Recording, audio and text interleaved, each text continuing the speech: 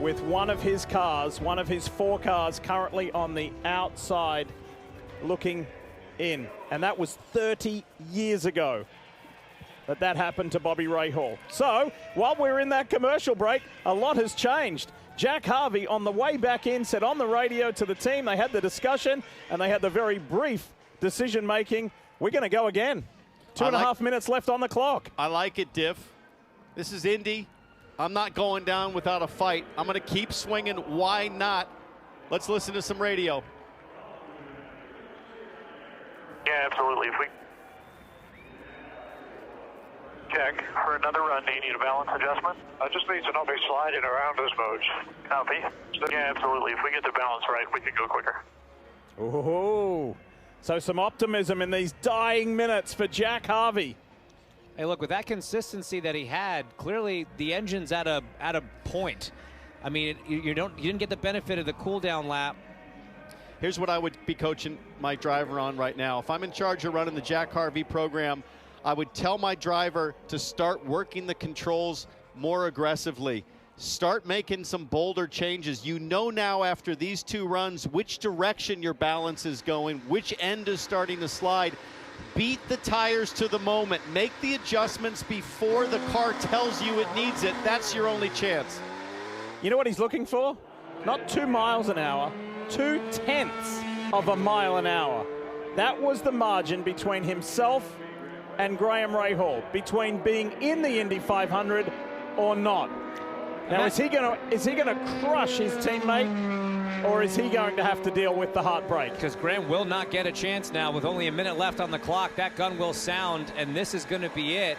But think about this, guys. Think about being on the highway. You're cruising around at 65 miles an hour on your cruise control. You bump it up to 66. Can you feel that at all? No. And Jack's looking for 1/5 of that difference over 10 miles. Don't tell me what I can feel. I know what you can and can't feel. How about Graham Rahal? Can you imagine what it's like for him to just have to sit there and ponder Practice 1. his reality right now? This is just crazy brutal for Graham Rahal. I can remember like yesterday when Rahal Letterman Lanigan driver Michel Jourdain Jr. did not make the field. That was 10 years ago. He was in tears with his girlfriend at the time after it was all over. He couldn't believe he didn't make it. Which one of these 2 drivers is going to feel that anguish, that despair, that heartache and heartbreak here this afternoon? Time is officially up, but this run counts for Jack Harvey. Rahal does not have a chance to respond to whatever his teammate does. And Graham very strategically staying in the race car, even though he's not allowed back out. Green flag. He wants that protection just in case this all goes south.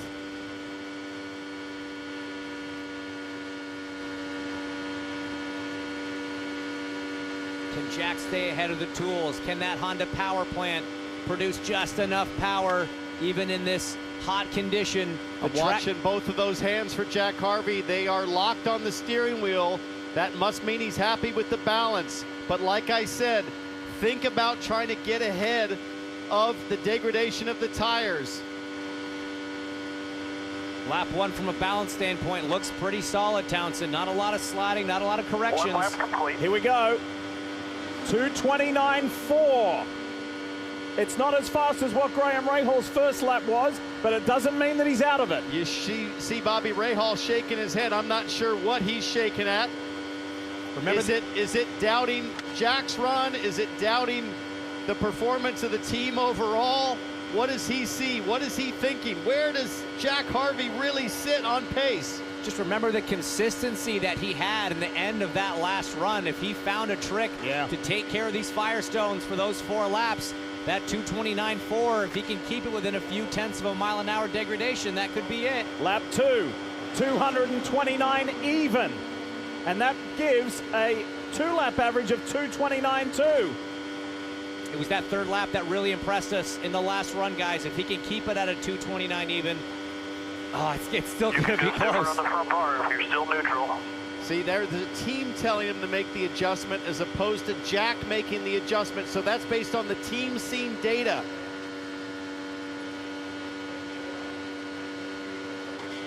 Credit to Jack Harvey and the People Ready team. Aboard the 30, they have not given in. They are fighting to the end. And the end is now. One more lap for Jack Harvey. Lap 2:29.1. Wait a second. Maybe that adjustment was the difference. That right hand went down twice for the roll bar. And now Graham Rahal is at risk. Graham Rahal's heart is in his throat, sitting in his race car. He is 2 corners away from knowing whether or not he will be in the greatest spectacle in racing. This is a guy on the ropes, but he is swinging punches. Hit your marks, Jack Harvey. Smooth hands, eyes up, and take a breath. You're about to find out if you're in the Indy 500. Don't ever question the character of Britain's Jack Harvey. He's not giving up. Is he in the 500 or is he out? Jack Harvey's in! Jack Harvey is in the Indy 500. Graham Rahal is out. 30 years since his dad didn't make it. It's the same fate for Graham Rahal. 1/100th of a mile an hour was the difference. Oh. Over, you are in the race. What an incredible call. Oh, thank you, guys. Thank you. Wow. Incredible call from the 30 team to do that last run in the dying seconds. It was not meant to be this way, but it is. The most dramatic final qualifying. The last chances, teammate on teammate. And Jack Harvey has bumped Graham Rahal out of the Indianapolis 500.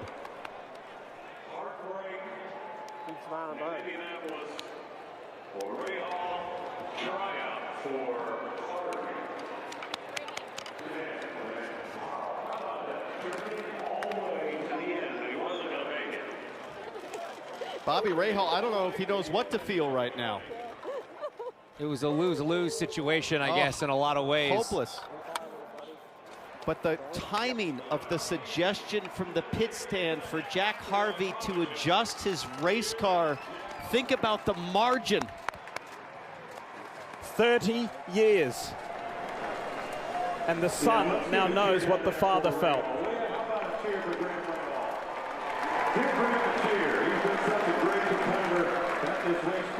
Graham says we gave it what we had.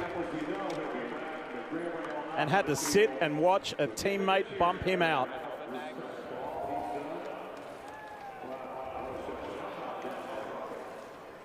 Marty Snyder is there. Extraordinary scenes, Marty.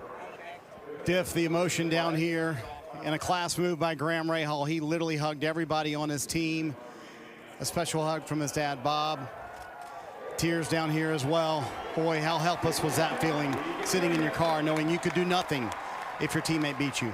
Yeah, I mean, that's the difficult part. You know, you can't do anything. You can't run again. You know, you're kind of stuck there. But, you know, as I said to these guys, you just got to be positive. And everybody puts a lot into this. You know, we just came up short. And I felt like, you know, Jack and those, well, I'm surprised. You know, I think with the heat soak and stuff, I'm really surprised. But, you know, you got to be. This place, it doesn't come easy. And it doesn't just happen.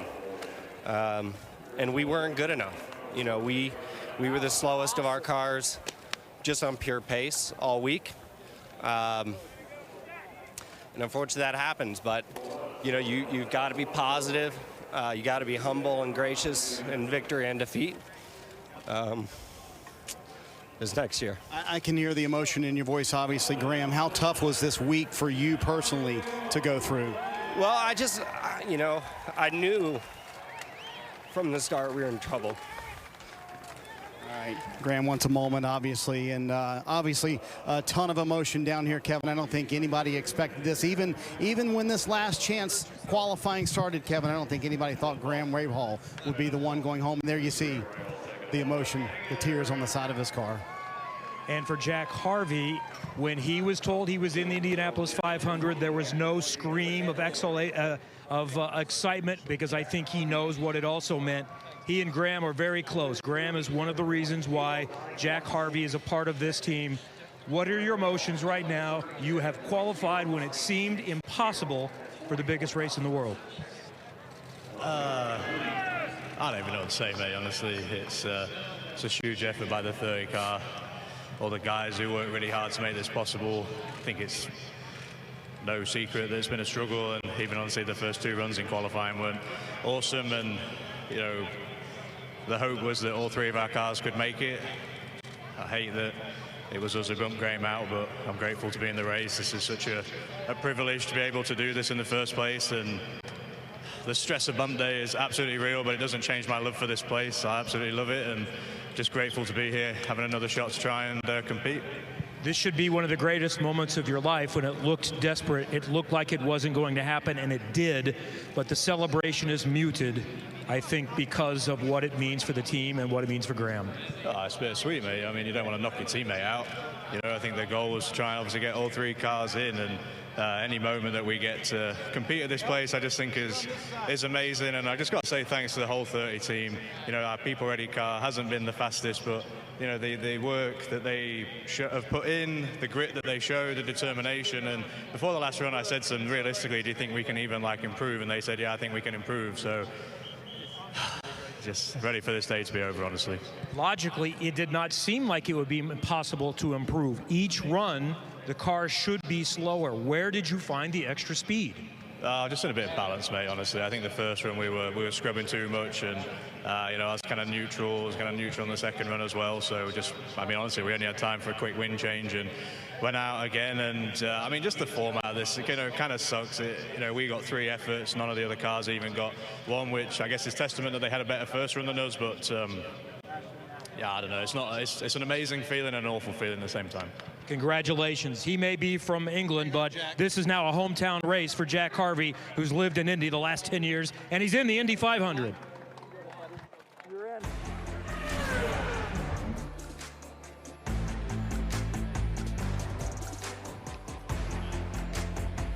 Harvey showing tremendous grit and determination, but as he said, a bittersweet feeling. Graham Rahal out of the Indy 500.